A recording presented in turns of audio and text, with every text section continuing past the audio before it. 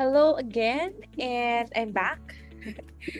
So I hope everyone is doing well. So again, I am Mary Jade Jakosalem, and I am currently enrolled at the AMA University Online Education. And for this video, I will be discussing my laboratory exercise number 7 for the subject ITE 7104 on data communications and networking. So this exercise is titled IP addressing exercises. So to start with, I will be opening the Word file that was provided in our LMS. It's right here. Sorry. Okay. So I actually plotted some points already so that it will be easier for me. So for this, I need one sheet of paper, a pencil, and a calculator. However, I will not be using the paper and the pencil since I've decided I will just input the values here so that it will be easier for me. However, I have here with me a calculator. Okay, so first one, I need to convert the following IP addresses to binary numbers. So first IP address is 201 .17.29.4. So in this table, I created a table so that it's easier for me. I plotted here all the decimal values 201, 17, 29, and 4. And I plotted here the exponents of 2, 1, 28, 64, 32, 16, 8, 4, 2, and 1 so that it's easier. So first, let us start. So 201, 128, yes, it is 128 can be deducted from 201, so it's a 1. So 201 minus 128 is equal to 73. So again, it's another 1 here because 73 64 is lower than 73. So 73 minus 64 is equal to 9. So here for 32, it's a 0 since it's higher than 9. Another 0. But here for the 8, 9 minus 8, so it's a 1. So 9 minus 8 is equal to 1. So our remaining number is 1. So for 4, it's a 0 again since it's 4 is higher than 1. For 2, it's also a 0. Then for 1, it's a 1 because 1 minus 1 is equal to 0. So for our first binary number, 201 is equivalent to 11001001. Okay, next one. For 17, I will make this faster. So it's a 0, 0, 0 because all of these numbers are higher than 17. Here, 16 is lower than 17. So 17 minus 16 is equal to 1. So 1 here. Then our remaining value is 1. So this one is a 0, 0, 0, and again another 1. So for this one, the value is 0, 0, 0, 1, 0, 0, 1. Okay. Okay, then let's move on to 29. Again, another 0. So we put 0 if the number above here, right here, is actually greater than our decimal value. However, if it is less than, then it's a 1. So 0, 0, here it's a 1 because 16 is lower than 29. So 29 minus 16 is equal to 13. So we have now 13 as the remaining. So 8 is lower, so another 1. 13 minus 8 is equal to 5. Then 4 is lower, so another 1. So 5 minus 4 is equal to 1. Then here, 2, it's a 0 and another 1. So it's 0, 0, 0, 1, 1, 1, 0, 1. And for 4, 0, 0, 0, 0, 0, then it's a 1 here, 0, 0. It's very easy, right? 0, 0, 0, 1, 2, 3, 4, 5, 1, 2, 3, 4, 5, 1. Okay.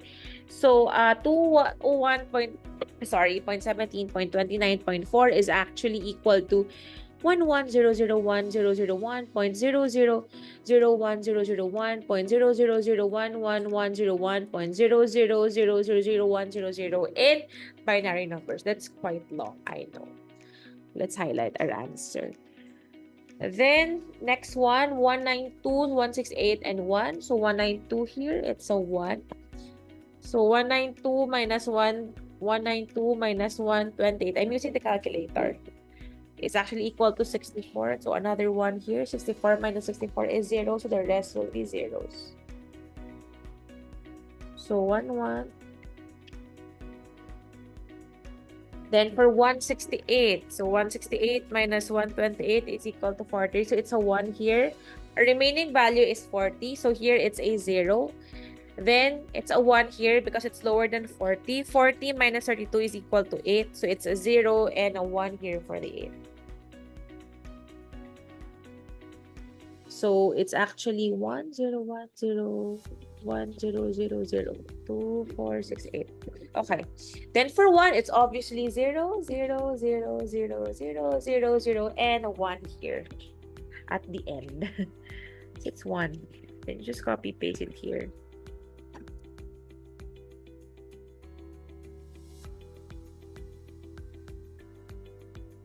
Okay.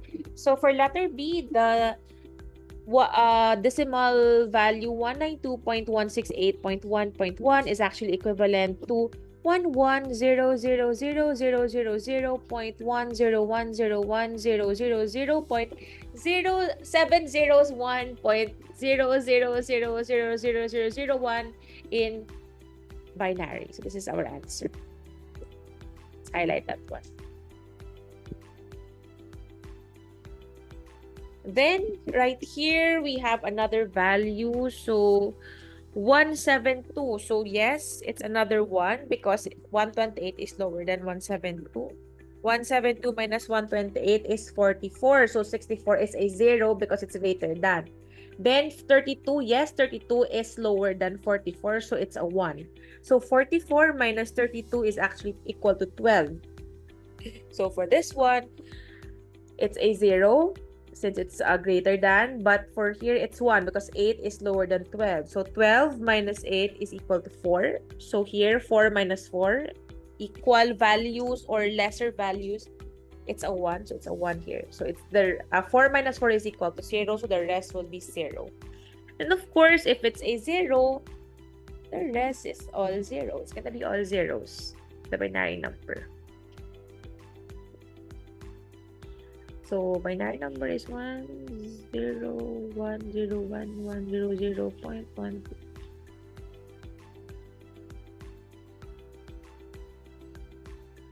Okay.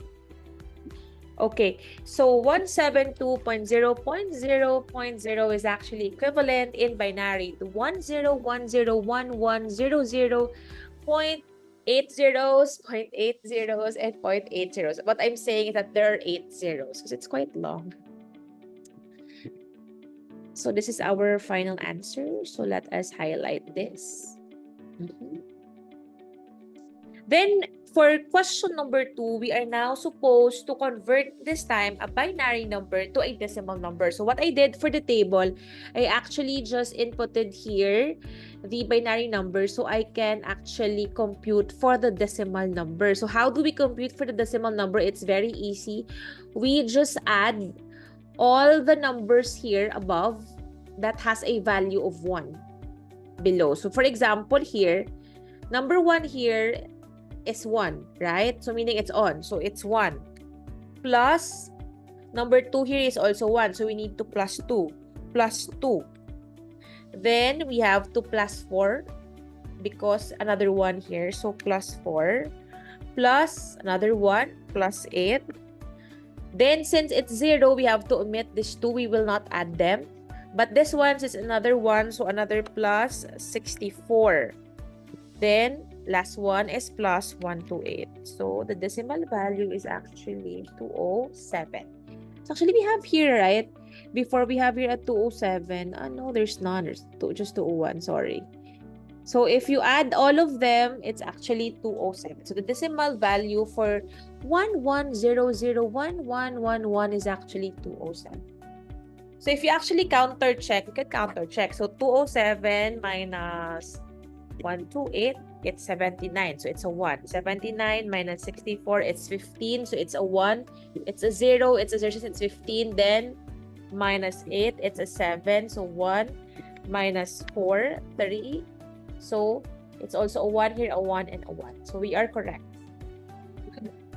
Then here we only have 3, 1. So it's 1, 1 plus 2 plus 4.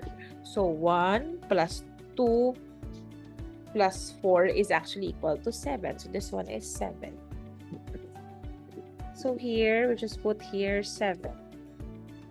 Then here, again, let's add, okay, 2 plus 8.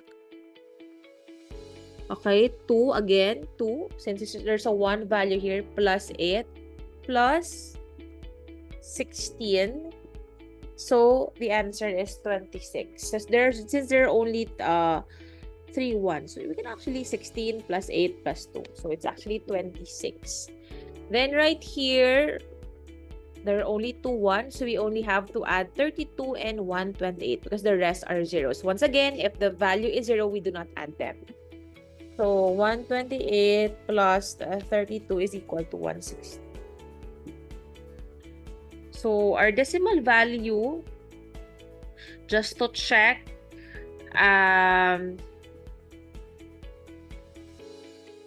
is actually 207.7.26.160. So again, the binary 11001111 0000111 000111010.10100000 is actually equivalent to 207.7.26.160 in decimals. Okay, then for question number 3. So we have two given here, two given items. The network address is 192.168.1.1 and the subnet mask is 255.255.255.0. So what is the network address in binary? So we have to convert this one into binary. So I've already encoded the numbers here. So again, let us start. 192 minus 128. It's actually, this one is 1. So it's actually 64. So 64 is also a 1 since it's equal. So 64 minus 64 is 0. So the rest will be zeros.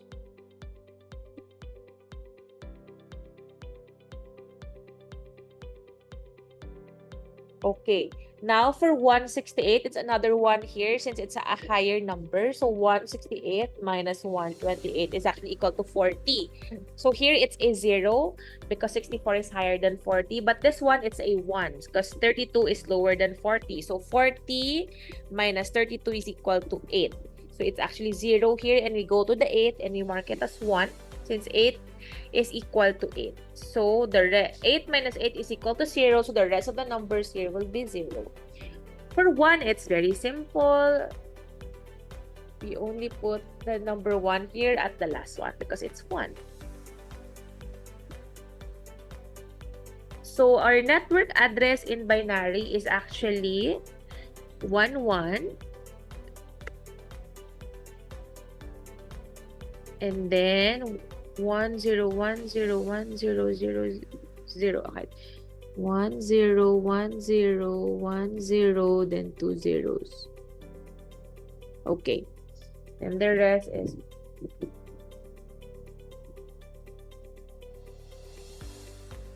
okay, I'm being careful. 1, 2, 3, 4, 5, 6, 7. Okay. So this is our final answer. So the network address in binary, our network address is 192.168.1.1, and if we turn it into binary, it's actually 1100000000.10101000001.000000001. It's quite long, so that's our answer. And then here, what is the subnet mask in binary? So our subnet mask, the decimal value is 255.255.255.0. So actually, 255 is actually equivalent to all ones. But let us solve for the first one.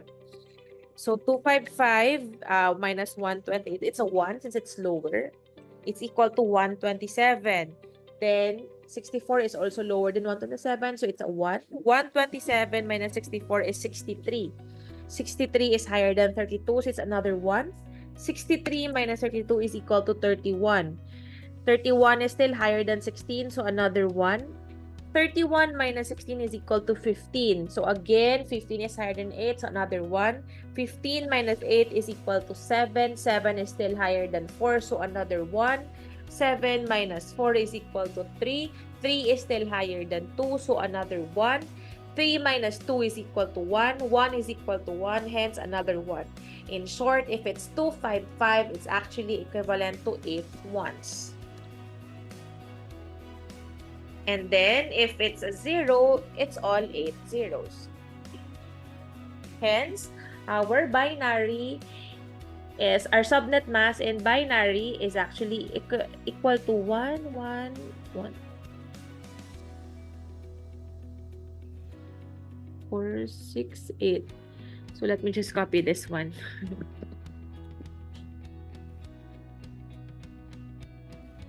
Okay, so our subnet mass is actually 255.255.255.0 in decimals, and in binary, it's actually 8 ones, 0.8 ones, 0.8 ones, and then 0.8 zeros. So, letter C question is, what is the prefix length? So, actually, the prefix length is, you just have to count how many ones are there. So, there are actually 24 ones. So, 24. Why? Because, di ba, we have here 1 byte is equivalent to 8 bits. So, we have 8. So, we have 3 sets of 8. So, 3 times 8 is equal to 24. And then, here, for our letter D question, in the network address 192.168.1.1, I have to underline the network portion and encircle the host portion. So, actually, this is the network portion. The first 3 is the network portion, and the host portion is the last one. So, I have to underline them. Let me draw. Okay. So, here is the network. Sorry, I don't draw good lines, but yes, this is the network address 192.168.1, and our host portion is the one here. Okay, so we're just going to add here. Add here some.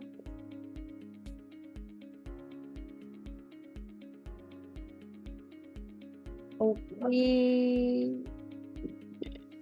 Okay, and then I'm just going to add here, just to be sure, let us state here that the network portion is actually equal to 192.168.1, and our host portion is equal to 1. And that's it. And then for the questions asked, first one, why do we need to convert the decimal value to binary numbers? It is because computer is a machine in nature, right? And the machine language is actually the binary system. In short, computers can only understand binary numbers. Computers can only understand ones and zeros, same for all machines. Hence, that is why we need to convert decimal values to binary numbers so that our computers and machines can actually understand our commands. Because if we do not convert them, they will not be able to understand at all. Because it's they're using the machine language, which is in the form of binary system. So why do we still keep on using the decimal values? Because decimal values is Hindi Arabic in nature, and that is Hindi Arabic decimal values is a numerical system that is easily understood by us humans. That is why we tend to use decimal values, because it's easier for humans to understand. But for computers, we need to convert them to binary so that in the end, computers can understand. Next question, why all computing devices have an IP address? Is it possible to have a similar IP address among n devices? I need to explain my answer. So an IP address is just used to identify or distinguish a specific computing device or a specific end device. So think of it like this. An IP address is like your given name. Diba? Your name is used to identify you as a person. For me, I am Jade. So that's my name.